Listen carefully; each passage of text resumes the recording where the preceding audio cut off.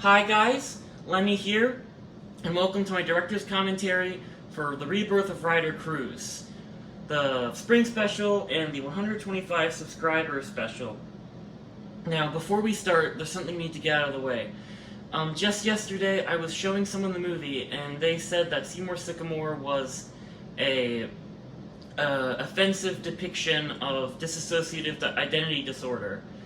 And that was not at all what I intended. And while they enjoyed the movie, they kind of said how people with that dissociative identity disorder are often like stereotyped. And honestly, Seymour Sycamore was inspired by characters like Toko Fukawa from Danganronpa and Diavolo and Doppio from JoJo's Bizarre Adventure. Spoilers, by the way, sorry.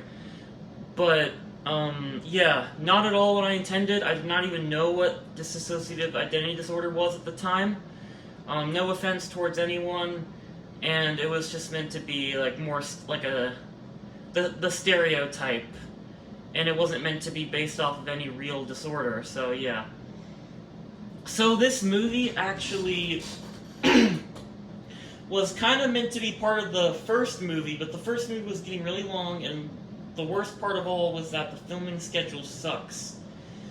We were going to this lake to film, right? But there was no schedule, that's the thing.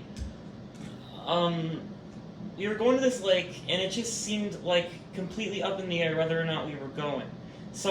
And it was so stressful for me because of my chronophobia. So I'm like, alright, this time, let's just like film most of it at someone's house.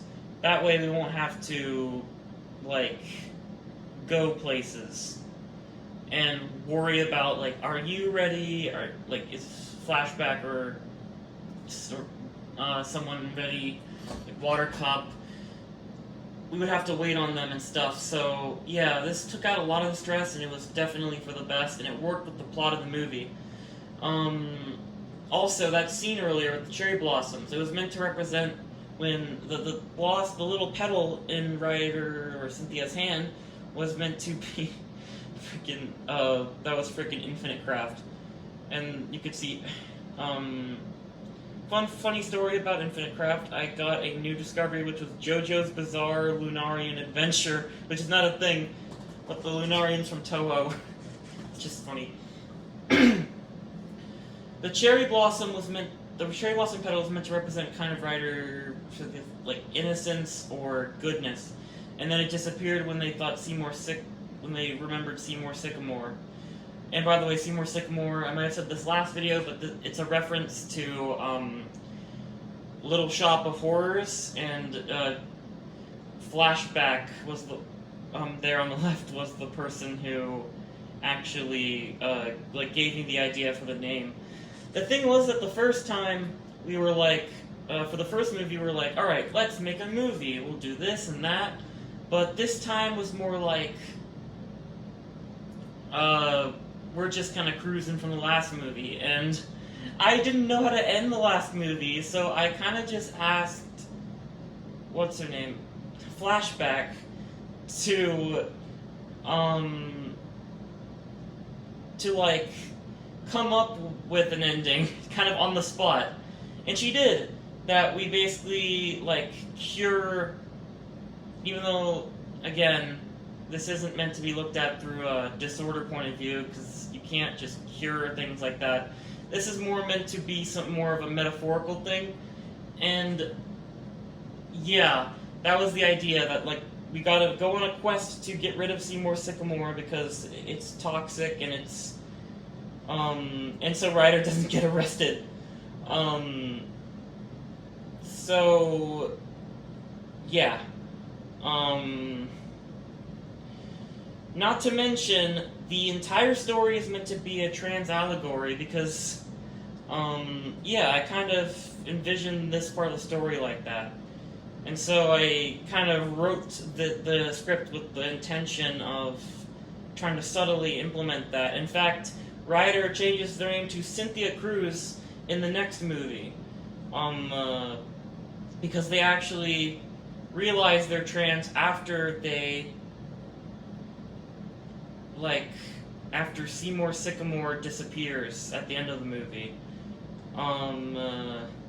So yeah, it is meant to be like a trans allegory.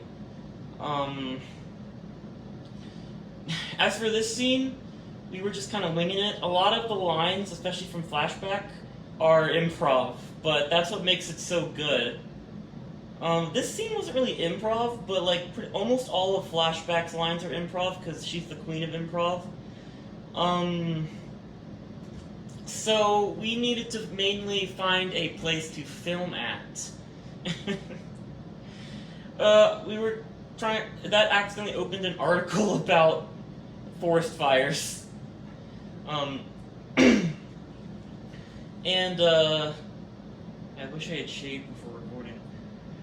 Oh, my video's done anything nice. Different video. So we needed to find a place to film at this time that wasn't just someone's house, like you see here. But I had actually planned to go to some sort of battlefield, you know. I planned on Gettysburg because, I mean, that's like one of the most famous battlefields in the U.S. I decided on Antietam instead. So, we decided to film at Antietam Battlefield. It was actually raining right before we got there, but we made it right after. And I'll talk more about it when we get to that scene. But frickin' orangutan. You know what? Screw it. I'm not really sure what to talk about this part. Oh yeah, this is meant to be a reference to the JoJo in JoJo Part 5. Spoilers, I guess. When the gang is just kicking this random guy, thinking they're part of the Passione organization in Venice. So yeah, as for Antietam Battlefield, I brought this stone that was supposed to be the chieftain's elixir.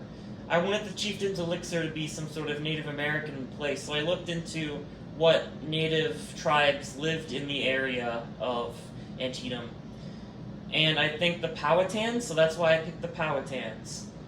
Though the story is so out there, I said it was in Arizona, so I could have picked the Navajo, but Powhatans because, you know, that's where Antietam is around, I think, from what I researched. Around this time, I had also begun finishing Metroid Prime Remastered, so lots of Metroid Prime Remastered music. Here's my water bottle, in case you wanted to know. This was this was kind of, you were trying to kind of finish up the plot line of, not really finish it up, but like give a satisfying conclusion to the plot line of Semi trying to constantly open a can of something. So anyway, at Antietam, I brought this stone. Oh, yeah, here it is. Here's the satisfying ending. Look.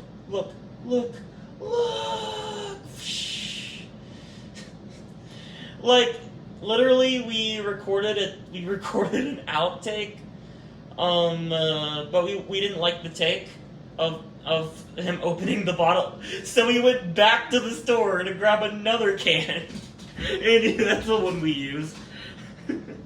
It started off. Sex is a question mark.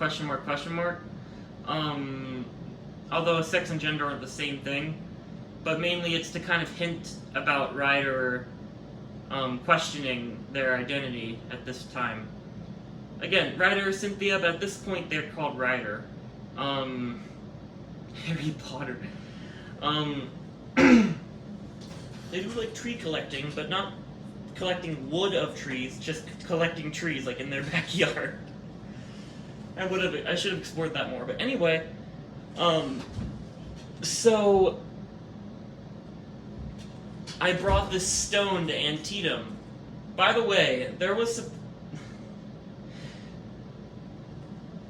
I brought this stone to Antietam, and it had a message written by a hypnotist on it that said "live." and I freaking lost it. You saw it in the tape, but while I was in the bloody lane, it fell out of my jacket pocket where I put it.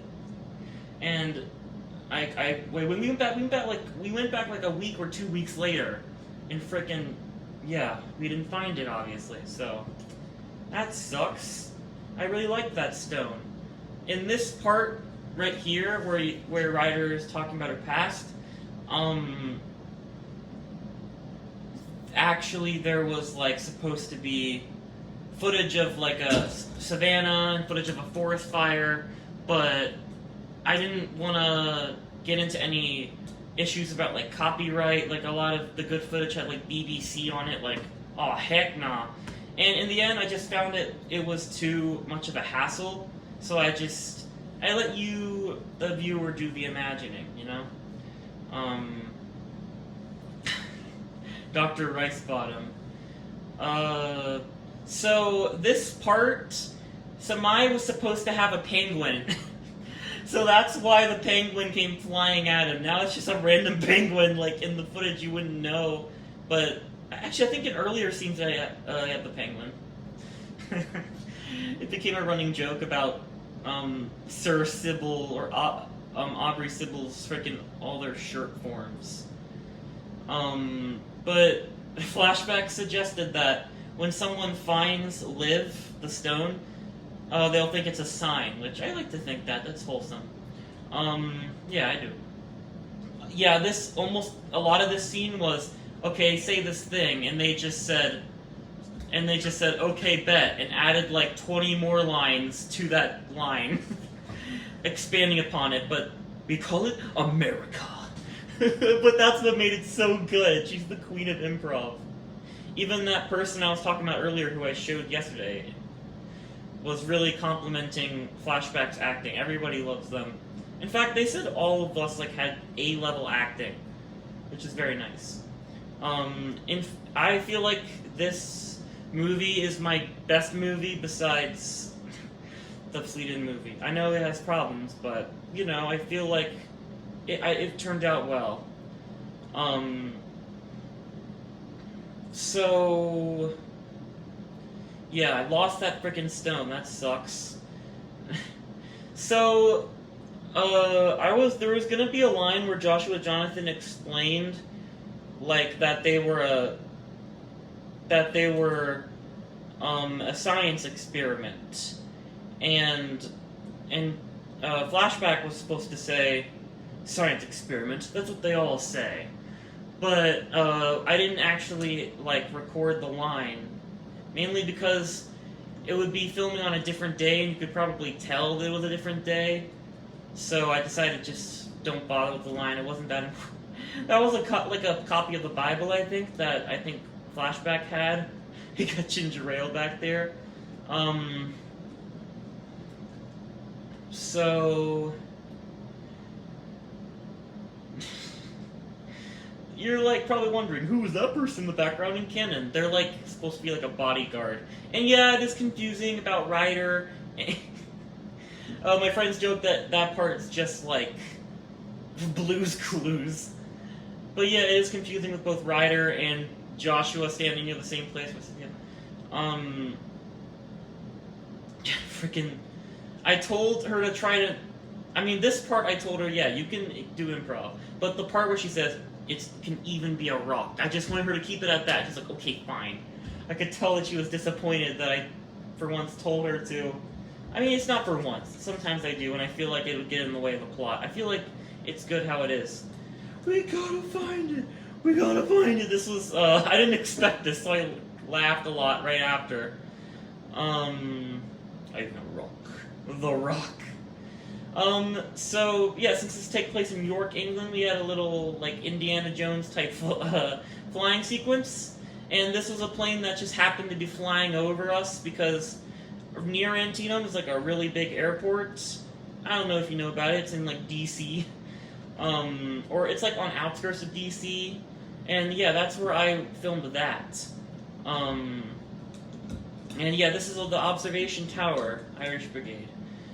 I didn't really want to talk about the Antietam battle I feel like it would be better to show it. So I just showed a lot of the signs just to immerse you in where we were, because I'm very much a history buff. Yeah, it was kind of exercise, climbing up and down that. Yeah, this is amazing. It shows you, like, oh, what's that over there? And it literally shows you an arrow, what's that over there? That was just some random car, and I filmed, like, oh, Joshua Jonathan's gone. Because I didn't plan on using Joshua Jonathan much after that until the after credits. Well, I didn't even plan for that at this time. This movie, unlike the first one, I kind of knew how it would end from the start. Here it is, my precious Livstone. But, fun fact about Aubrey Sybil. That is, by the way, I got scared in that part a little, but here's what happened. I stepped on that, and it's like, climbing the Stairway to Heaven, it's actually, or walking the Stairway to Heaven, it's actually buying the Stairway to Heaven, I think. But when I stomped on that one step, and it, like, went, like, rumble, I was like, oh my gosh. But then I realized it was okay, so I stepped on it again for filming. This part was completely improv, because voting season was just, like, around the corner. We picked up Flashback, and they told me about that they voted, so we're like, alright, let's bring you to Antietam, and yeah, and just, you can wear the voting form. So, yeah, I remember in frickin' history class, I actually took a Civil War class separately from history class. Bloody Lane, big deal, because you see this is where they were all entrenched, and, you know, when the enemy gets in and they can't really escape, it's a bad thing. So yeah, that's why it's so bloody. You see me put that in that pocket? That's the last time I ever see it. Also bug just flew by. But anyway, I thought I would talk about the backstories of some of the characters that aren't talked about in the movies, because mainly just because I don't know how to explain them in the movies without just going on exposition dump, which is fine, but I just didn't know how to do it without breaking up the pace, and also I didn't come up with it at the time. I literally have a freaking doc. The Apple stuff, I think, was stuff he came up with on the spot. Also, it was kind of uncomfortable sitting like this. I mean, it kind of was, but I wanted to stay in like that because that's how I was in the first shot, so I'm like, we gotta do it. We gotta stay like that. So, as for Gandalfdorf, which is a mix of Gandalf and Dumbledore, and I used to think Dumbledore's name was Dumbledorf. Basically, freaking Gandalfdorf here was part of a wizard tribe, and they got into a fight with Cairo Kirigiri because they were leaders of an enemy wizard clan. Both of them were leaders of enemy wizard clans, but Cairo Kirigiri destroyed Gandalfdorf's first body. And Gandalfdorf wants to get that original sexy body back. You can tell, like, saying parentheses, yes, as you can tell, this is not a rainforest, this is a park. And the funniest part was that there was a carnival that was just about to start there. So, we're like, oh, wait, what is this? And, because we were joking that it's the Feywild, so they're like, oh, it's the Fays, they're carnies. And yeah, they were going to use that stage over there, which is the fighting arena, as a music stage. So, as for Aubrey Sybil's backstory, Aubrey Sybil was born in Venice, in 639 AD, and they joined, basically, the British Navy before there was a British Navy. Because, here's the thing, Sir Sybil said they were in the Navy for 1,050 years, which the British Navy the Queen's Navy, as she says, doesn't even last that long. And 1,050 years ago, I don't know if England was even united, it might have been united. Gandalfdorf, the Grincher of Oz. The Grinch wizard of Oz, but Woz, like Scott the Woz. Yeah, this turned out so well, this fight. And basically, Aubrey Sybil became the vassal of Queen Aethelrith who eventually became Queen of Northumbria. Aubrey Sibyl became an Earl of Northumbria under them. And then there was a fictional queen called Queen Bridget, though Aethelrith is real, I think. And Queen Bridget's had her own navy in order to repel Viking invasions. And Aubrey Sibyl joined the Queen Bridget's navy, not to be confused with Bridget of York, and served in it until 2023 AD. But the thing is, Sir Sybil wasn't even supposed to stay 1,050 years. It was supposed to be 150 days, I think. Also, that's a reference. That's a reference to I think that was an unintentional reference to Jujutsu Kaisen right there. If you know, you know. With I am you, you are me. But right before that, they're running on the ground like that. Yeah, using it as a drill. But Aubrey Sibyl participated in many famous battles, because not only were they Navy, but they were also in the British Army. Some say she was in the Battle of Waterloo. Aubrey Sibyl's gender. I've asked Flashback herself what Aubrey Sibyl's gender is. Aubrey Sibyl's gender is whatever pisses you off the most. That's canon now. This scene right here, all improv. Yeah.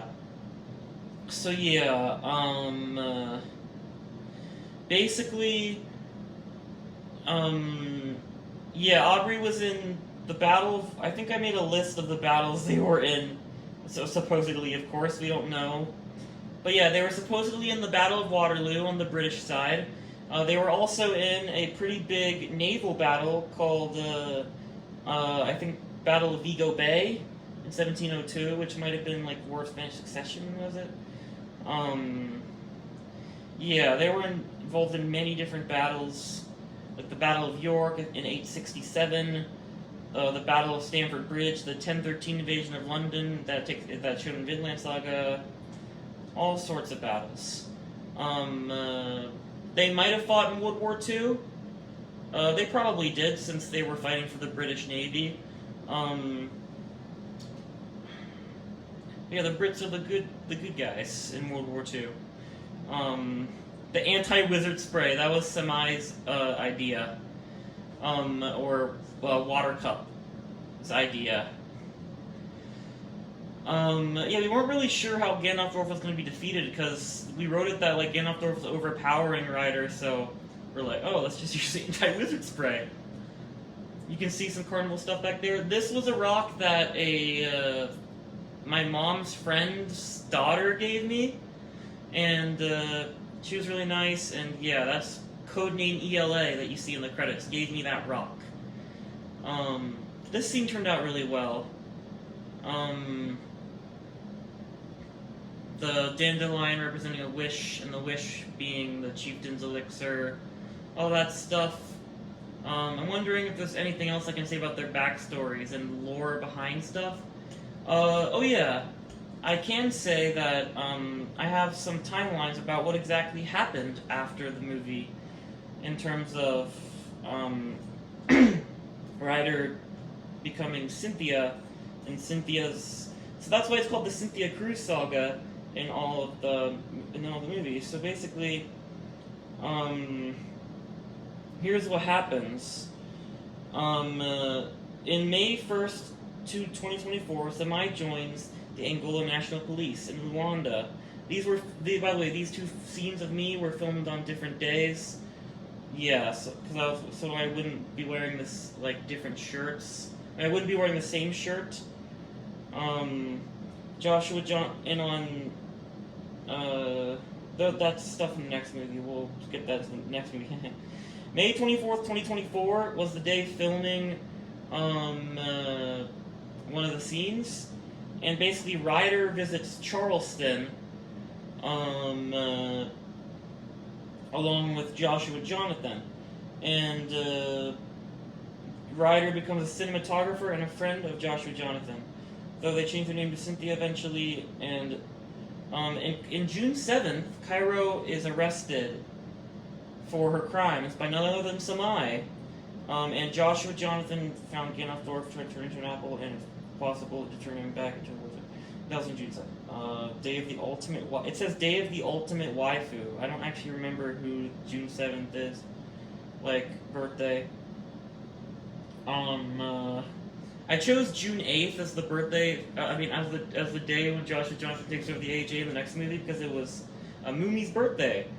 And basically Ryder Cruz, or Cynthia Cruz, comes out to Samai and Aubrey Sybil, and Ryder wonders what she should change her name to. And on July 3rd, 2024, day of filming the part where we learn Cynthia Cruz's name, so the part in the next movie when we do, is Ryder Cruz changes their legal birth name to Cynthia Cruz. Her new name is received positively by her friends.